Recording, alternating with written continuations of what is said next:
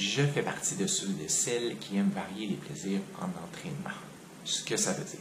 J'essaie autant que possible pour développer un corps aux aptitudes généralistes, donc adaptable à une multitude de situations. Je vais aller varier les types d'entraînement, que ce soit avec le poids de mon corps uniquement ou bien avec des charges supplémentaires. Aujourd'hui, je vais y aller avec une marche rapide, consciente, avec charge supplémentaire de 20 livres. Mon sac à dos pour faire ça est avec une sangle abdominale crête iliaque. J'ai aussi 2 sangles confortables verticales avec ajustement vertical ici et ici, en plus, enfin, d'une sangle horizontale au niveau de la poitrine environ sternum. Et donc ça permet de vraiment, une fois bien ajusté à mon corps, à mes segments, de rapprocher la charge de 20 livres près de ma force centrale. Ça permet ainsi de ne pas avoir de tension au niveau de la nuque, comme ce serait le cas sans une sangle abdominale crête iliaque. Ça me permet de ne pas avoir de perte d'énergie non nécessaire non plus avec le sac qui se mettrait à promener, ma posture qui pourrait changer avec les tensions, les douleurs, parce qu'il est bien collé sur mon tronc. J'ai, comme je le disais, des charges de 20 livres supplémentaires. Dans ce cas-ci, ce sont des sacs de sable en yoga. Et donc, ça me permet, comme ils sont très mobiles, d'avoir encore une fois cette impression d'être collé sur le tronc. C'est moins confortable aussi, comme je l'ai déjà essayé par le passé, avec un poids libre, par exemple, avec sa forme, où là, on peut le sentir un peu au niveau du dos. Évidemment, dépendamment du type de sac à dos que vous avez, s'il est collé complètement au dos ou non, s'il y a une forme rigide au niveau du dos, justement, pour protéger de ce genre de choses. Donc, ça dépend de ce que vous avez pour cet exercice en termes de sac à dos. Dernier détail que j'aimerais ajouter, moi, ça fait des années que j'ai des souliers dits minimalistes, donc je n'ai pas de drop, pour ainsi dire, c'est vraiment le plus près possible d'un pied où j'irai marcher pieds nus. Ce qui est intéressant, c'est que ça me protège au niveau de la plante du pied parce que, bon, habitant où je suis, le sol n'est pas toujours, je dirais, clean ici. Malheureusement, il y a parfois des trucs sur le sol que je n'aimerais pas mettre le pied dessus. Je suis en ville. Donc, c'est un compromis qui est intéressant selon moi. Comme je le disais, je l'ai fait vraiment très progressivement, passant de souliers maximalistes depuis des décennies à ceci, pour permettre à mes tissus conjonctifs, pour permettre à mes talons d'Achille, à mes muscles des mollets, de très graduellement être en mesure d'absorber cette différence d'angle au talon avec le sol et la répercussion sur l'ensemble de mes chaînes postérieures, antérieures et croisées, spirales, en termes fasciales. Donc, c'est vraiment une journée où je vais aller travailler sur la marche rapide, consciente. Je suis pleinement présent à chacun de mes pas. Donc, ça devient une forme de méditation active, méditation en mouvement, avec une charge supplémentaire. Donc, je rajoute 20 livres à mon poids habituel, mon poids corporel. L'effort sera un peu plus difficile. En même temps, ça me permet de me concentrer à vraiment bien allonger ma posture, bien garder autant que possible ma colonne au neutre, pour travailler ma force centrale, travailler ma perception corporelle de cette force centrale et de cet allongement, cet espace qui est entre chacune des vertèbres, en compensation d'une charge supplémentaire au niveau du bas de mon dos, dans ce cas-ci avec mes sacs de sable. Ça me permet aussi de travailler sur cette force centrale en collaboration avec une respiration 3D du bas-ventre, de la poitrine, du dos, des côtés. D'arriver, même en maintenant une force minimale du tronc, des muscles antigravité posturaux contre cette charge pour éviter que mon corps, ma tête s'en aille vers l'avant, mais c'est de réussir à maintenir justement cette respiration comme une vague en continu, même avec la charge et la fatigue qui s'accumulent à mesure que j'avance dans la durée. Donc, ça devient vraiment pour moi un exercice qui est différent des autres types d'entraînement que je vais faire durant la semaine, que ce soit la musculation plus classique sur barre fixe, par exemple, lors de chin-up, lors de dips, des push-ups au sol, des push-ups inclinés, déclinés avec les pieds surélevés ou les mains surélevées, que ce soit plus mes activités en arts martiaux, où là je vais y aller en vitesse, mais aussi parfois en super lent, que ce soit avec mes bâtons. Bref, c'est vraiment pour avoir un corps qui est en mesure graduellement de s'adapter à un paquet de situations différentes, d'avoir cette capacité en adaptabilité, d'être en mesure, par un mouvement généraliste, par cette pensée, par cette pleine présence, d'avoir un maximum de capacité en attention fine et donc d'augmenter mon retour en termes neuromusculaires. Cette connexion entre le cerveau et les muscles pour vraiment augmenter mes capacités en performance physique, mais aussi ma capacité de reconnaissance de l'intérieur vers l'extérieur. Ce qui se passe à l'intérieur de mon corps en relation avec l'environnement immédiat qui m'entoure. Comment l'environnement peut jouer sur comment je me sens à l'intérieur, que ce soit en termes des pensées, en termes d'émotions, en termes de sensations, et comment j'interagis avec mon environnement. Est-ce que je suis plus dans la réaction que dans l'action? Est-ce que je suis conscient de ce qui se passe à l'intérieur au niveau de mes fréquences cardiaques, au niveau de ma pression artérielle, cette sensation de tête là, qui cogne un peu si je suis dans un effort très intense?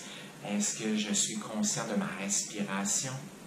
Est-ce que je suis plus par le nez, par la bouche, et ainsi de suite? Et de là, comprendre comment j'ai un certain contrôle de ce qui se passe à l'intérieur en relation avec ce qui se passe à l'extérieur. Donc, ma capacité avec le souffle à retrouver un état d'équilibre mental, de calme du monkey brain, du hamster qui roule dans sa roulette, et aussi en rapport, en relation avec les autres êtres humains qui me voient et comment moi je me perçois dans le regard de l'autre. Donc, ce sont toutes des choses qui peuvent être développées selon moi. Ça prend beaucoup de patience, beaucoup de pratique, ça prend du temps. Il faut se donner le temps. Et donc, cette activité aujourd'hui où je vais marcher avec une charge de 20 livres dans mon sac à dos est pour moi un travail global, avec aussi des opportunités de croissance globale. Donc, on s'en va marcher. Et avant ça, j'aime bien engager les muscles de mon corps pour être vraiment tout là, de tête, de cœur et d'esprit. Je vous montre ça en image.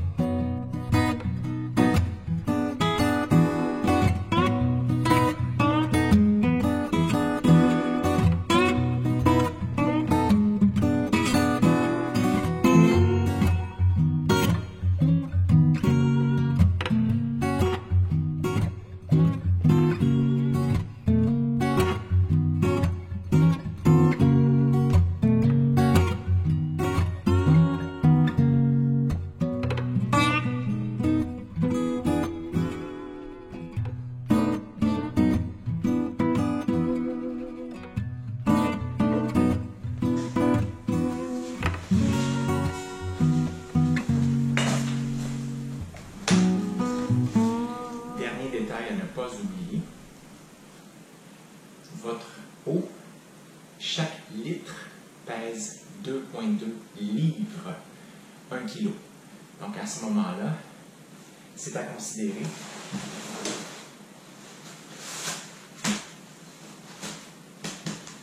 parce que ça vous fait du poids de plus.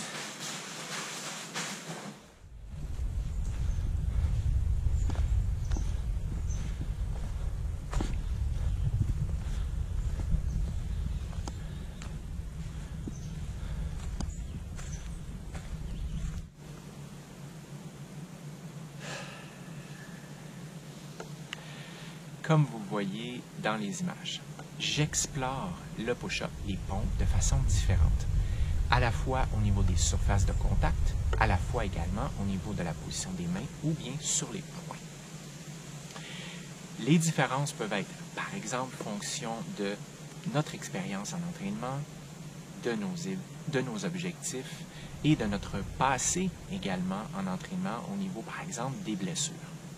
Donc ici, il ne faut pas oublier que j'ai mon sac à dos de 20 livres. Ça change évidemment la charge lorsque je descends et remonte, me repousse contre la gravité lors de l'activité de push-up. Je travaille également sur des surfaces différentes pour vraiment travailler au niveau des textures, mes sensations au niveau des mains, que ce soit par exemple au niveau du sol, au niveau de la terre, au niveau d'un tronc d'arbre mort sur le sol ou bien au niveau du béton. Ici, que je le fasse sur les mains, que je le fasse sur les poings, le recrutement musculaire aussi sera différent. Comme ma capacité à soutenir l'effort et soutenir la sensation soit sur mes mains ou bien sur mes poings. Je parlais au départ des objectifs en entraînement. C'est vraiment un choix personnel, c'est vraiment selon ses capacités du moment. Donc, ce qui est bon pour moi n'est pas nécessairement bon pour vous. Je vous laisse juge. Prenez des décisions éclairées entre les gains potentiels et les risques potentiels et faites de votre mieux. Donc ici, lorsque je suis en position sur le sol, eh bien, mon corps, j'essaie autant que possible, comme dans tout autre mouvement, de maintenir ma colonne au neutre lorsque je travaille en force. Je veux vraiment autant que possible bien recruter la force centrale, mon corps, le centre de mon corps, pour une répercussion positive sur les membres périphériques, les bras et les jambes. Évidemment, dans ce cas-ci, comme ce sont des push-ups, je vais principalement ressentir l'effort au niveau des bras, au niveau des mains, au niveau des avant-bras, au niveau des triceps, au niveau des épaules.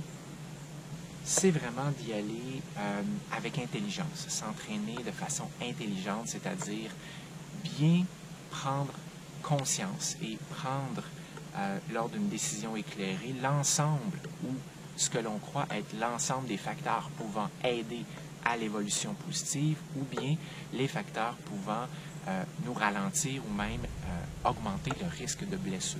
C'est vraiment de faire la balance des deux, toujours avec l'idée d'une progression lente mais stable, constante, pour graduellement augmenter ses capacités, ses habiletés physiques de façon globale, de façon la plus équilibrée possible dans les 6 plans de mouvement humain, vers l'avant, vers l'arrière, vers le bas, vers le haut, vers la droite et vers la gauche.